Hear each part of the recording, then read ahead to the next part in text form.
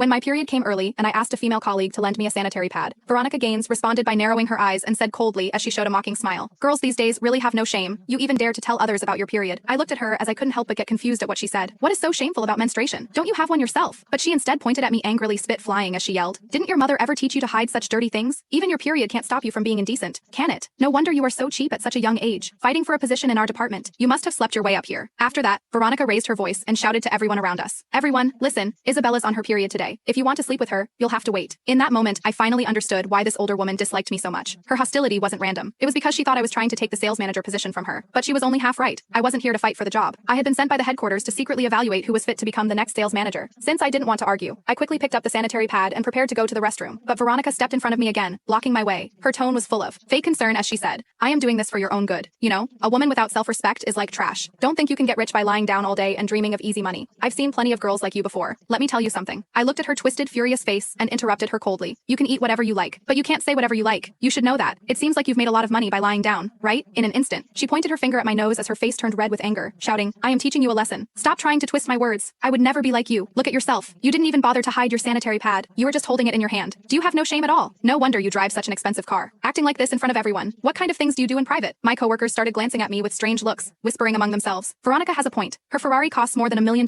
How could a girl in her 20s afford that?" When my dad sent me on an unannounced inspection of this branch, I told him I wanted a simpler, more modest car, but he stopped me. "You should be yourself," he told me. "I want you to see not only their work performance but also their morals and values." Now that I thought about it, my dad was indeed very smart. Some people couldn't help themselves when they saw a young woman driving a luxury car and wearing designer clothes. Their jealousy blinded them. The moment I thought about it, I responded calmly, "It is true that I drive a Ferrari. My dad bought it for me. Is there a problem with that?" Veronica sneered loudly. "Oh, I know your type. You call every man daddy. I bet you are the most eager one in bed. I am warning you. Go somewhere else if you want to sell yourself. This is a proper company that depends on real ability. Don't bring your dirty tricks here." A colleague who couldn't stand her anymore tried to speak up. "Veronica, that is not true. Many young people born after 2000 come from rich families and work just to gain experience." Before he could finish, one of Veronica's followers cut in and said mocking, "Lee, oh, so this is the new way to whitewash a mistress now. What is next? Sleeping with old men for money? Mistresses helping mistresses?" Veronica crossed her arms and gave them a scornful look. "You are just jealous of Isabella's rich sponsor and trying to get on her good side, aren't you? Since everyone is so eager to defend you, Isabella, why don't you pick a few men to share your wealth with? Sharing happiness is better than keeping it all to yourself." Ah, the world has really changed. People laugh at the poor, not the shameless. Everyone just wants to strip naked and climb into bed with some rich old man. She suddenly pointed at my pants with a cruel laugh. "Oh, look at Isabella's pants. My goodness, you are so disgusting, so cheap and so shameless." Soon enough, I pushed her away and hurried into the bathroom. Behind me, Veronica's mocking voice echoed through the hallway. "People like this can't even hide their true nature. I am telling you, don't trust her. A woman like that might not just be someone's mistress." Because my clothes were stained by my period blood, I left work early. When I reached the basement parking area, I saw Veronica standing beside my car. It seemed that she was waiting for me. When she saw me, she gave a smug smile as her eyes were full of arrogance. "Do you know how powerful I am? If you admit defeat now and quietly withdraw from the race for sales manager, I'll let you go. Otherwise,